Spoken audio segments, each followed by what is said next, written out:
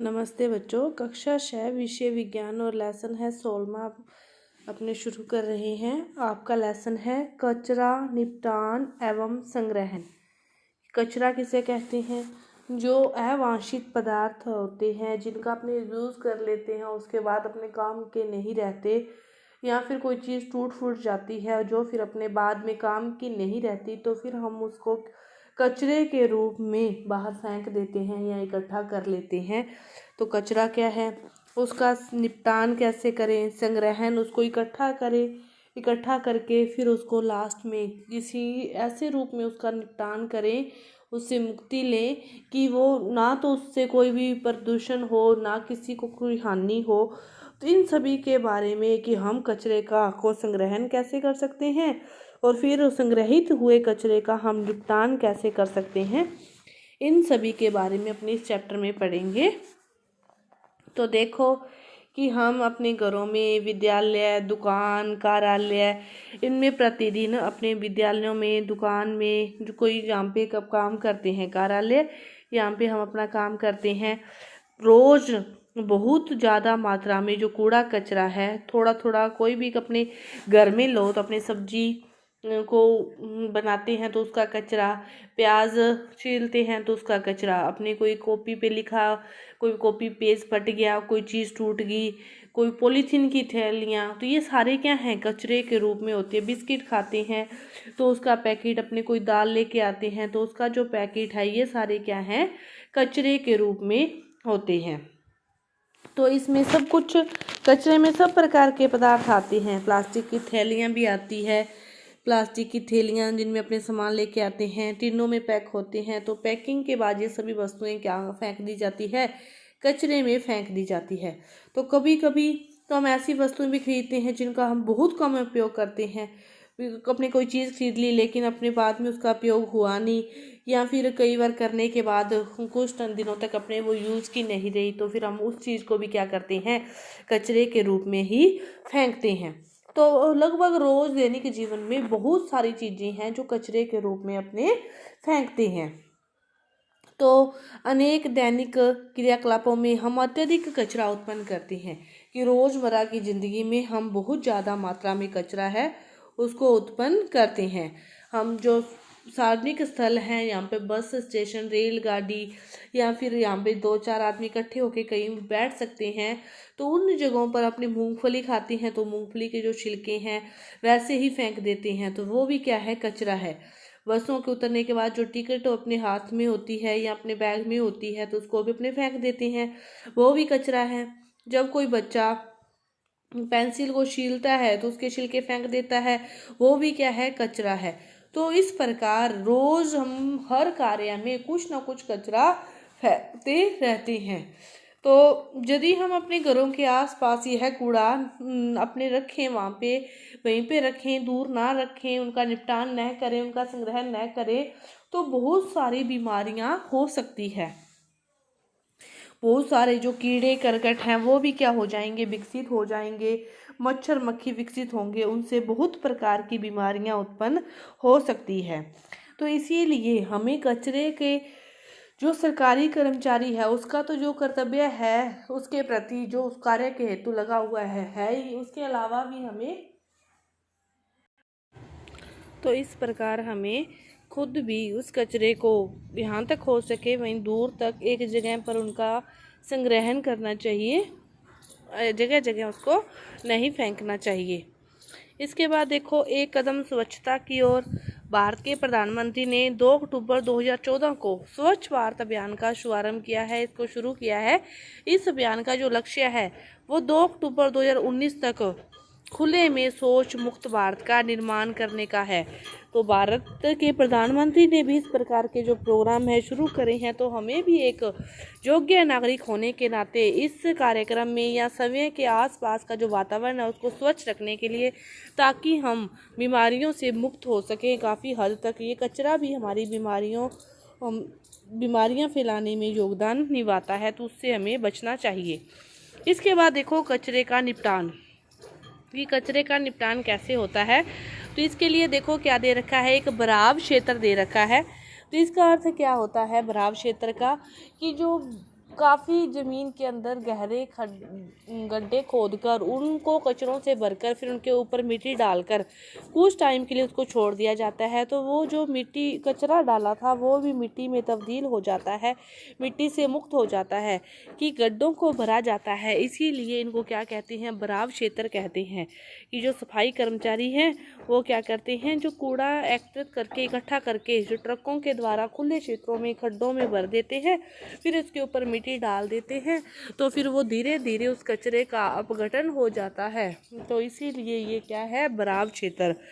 अपने कचरों को गड्ढों उसमें डालते हैं, कचरा पेटियों में, वहाँ से वो इकट्ठा करके इनको बाहर शहर के किसी बड़े गड्ढों में डालते हैं। तो इसी प्रकार कचरे का निपटान संभव है।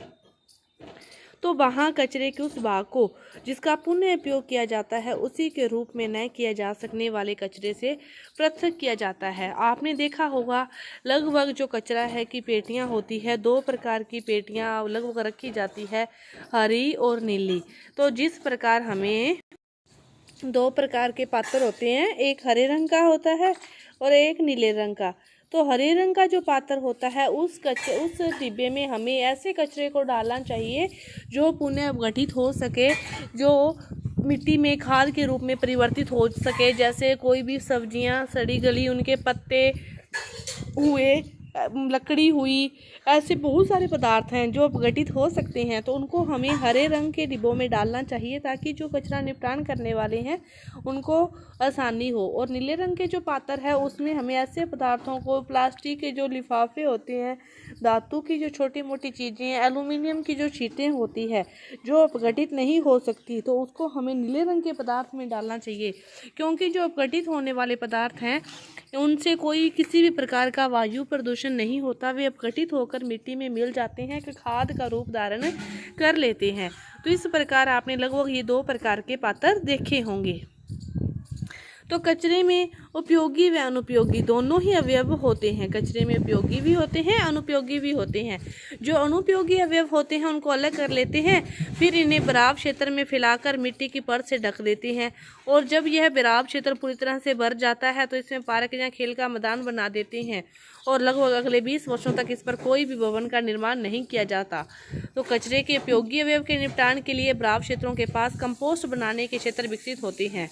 तो उससे क्या बना लेते हैं, खाद बना लेते हैं, और वह खाद क्या आती है, बाद में काम आती है। तो इस प्रकार इनको 2 भागों में विभाजित किया जाता है, उपयोगी और अनुपयोगी में। आपके देखो क्रियाकलाप दे रखा है, क्रियाकलाप 1।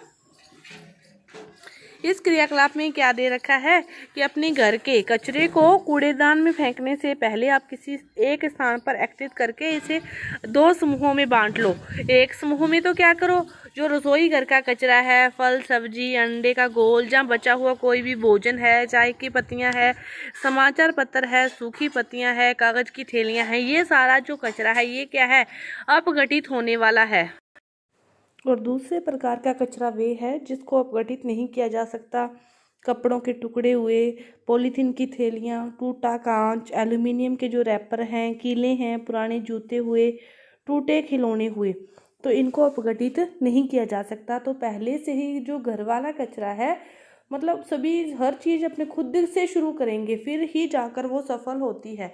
तो कचरे संग्रहण निपटान की जो प्रक्रिया है, यदि ये भी हम खुद के घर के लेवल से शुरू करेंगे, 1 को देखकर फिर 2 जने लगेंगे, 2 को देखकर 3, और धीरे धीरे यही प्रक्रिया पूरे में चलेगी, तो कचरे का जो निपटान व संग्रहण है आसानी से हो जाएगा और किसी भी प्रकार की कोई गंदगी फैली नहीं रहेगी। तो पहले घर के कचरे को ही 2 भागों में विभाजित करके बाहर अलग अलग कचरों में डालना चाहिए ताकि उसका उपयोगी कचरे का अलग से उपयोग हो सके और दूसरे कचरे का अलग से उपयोग हो सके। ये देखो छोटे छोटे बच्चे हैं, वो क्या कर रहे हैं, गड्ढों को खोदकर उसमें कचरे को भर रहे हैं।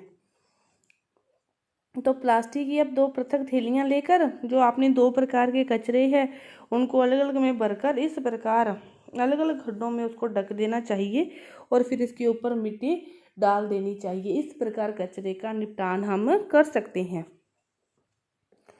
4 दिन के पश्चात आप कमरे के ऊपर से मिट्टी हटाकर, उस कचरे के ऊपर से मिट्टी हटाकर आप देख सकते हो कि कचरा है वो काला हो जाता है, उसमें किसी भी प्रकार का दुर्गंध का न आना जब दुर्गंध नहीं आ रही होगी तो वह यह दर्शाती है कि जो कचरा था वो क्या हो गया है, अपघटित हो गया है, पुनः वो मिट्टी में मिल रहा है, तो उसको वापस मिट्टी से ढक देना चाहिए।